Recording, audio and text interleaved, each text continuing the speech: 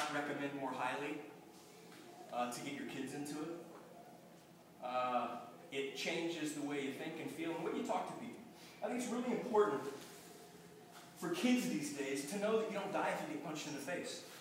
You know, there's kids nowadays that's, you know, talk about the pussification of America. You know what I mean? If a kid gets a bruise, it's like, oh, I need to change schools. Oh, you gotta. It's like, you know what? I think it's important for a couple of reasons. And I'll tell you how I got into Brazilian Jiu Jitsu. I was teaching a class, and some guy came in and they started putting mats down. And I looked up, and the patch said RICKSONGRACIE. To me, I didn't even know in Portuguese you pronounce the R's like H's, so I was like, Rickson Gracie. Well, I know the Gracie name. Okay, wow, no shit. And I asked the guy, I'm like, wow, is this like jiu-jitsu? Is it Brazilian jiu-jitsu? Like Hoist? And he says, yeah, you know, that's my brother. I said, no shit, you're brothers with Hoist Gracie? You know, for those of you guys that don't know, Hickson's the champion of the family. He's like the baddest. But if you look at him, you go, okay, that guy can kick some ass. The reason that they put Hoist in the UFC, in the first UFC, is because he looked skinny. He looked like my accountant. And they realized if he wins, everybody will go, what the fuck is that martial art? If Hickson won, they'd be like, well, fuck, he looks like a badass. He should win. So they let Hoist do it. But I didn't know who this guy was, and it was Hickson.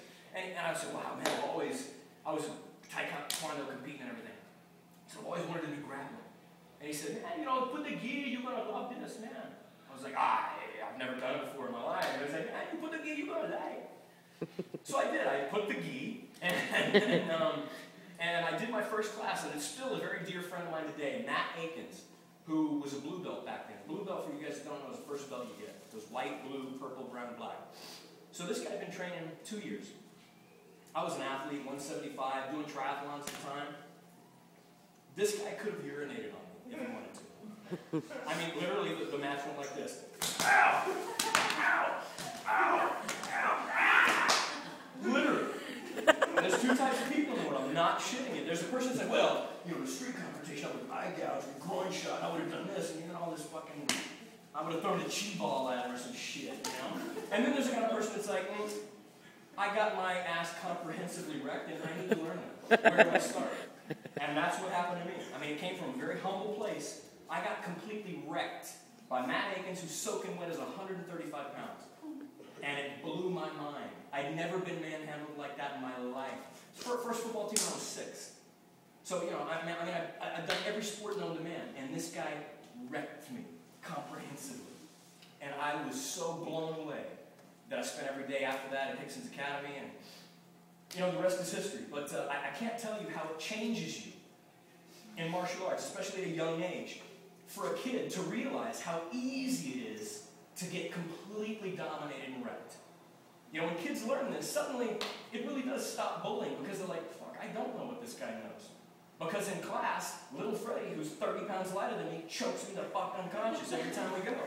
It makes you give a certain respect. And also, it gives you that power to put your glasses down if confrontation arises. Like, it's not getting emotional, hang on, dude, let me finish my tamale. And then the guy's like, oh, fuck, that's cool, bro, that's cool, man, finish your tamale. He just fucks off out of there, because he knows. People can sense that. This motherfucker's not scared at all. The dude that's like, what, you want a piece of this? What, a piece of what? What, you want a piece of? That's the dude who gets fucking wrecked. And it really teaches you that. It teaches you that when you spar. You know, one of the most difficult things in striking art, I don't care what your martial art is, you can attest to this, is countering the instinct to duck and look away when you get hit. It's the hardest thing. Some people never get over it. You probably have some students that have never gotten over that. You know, when a fist comes to your face, when somebody throws something, your instinct is like, in day one, that happens, your instinct's like, fuck, what just happened? Well, that's the whole purpose of the jab, you know?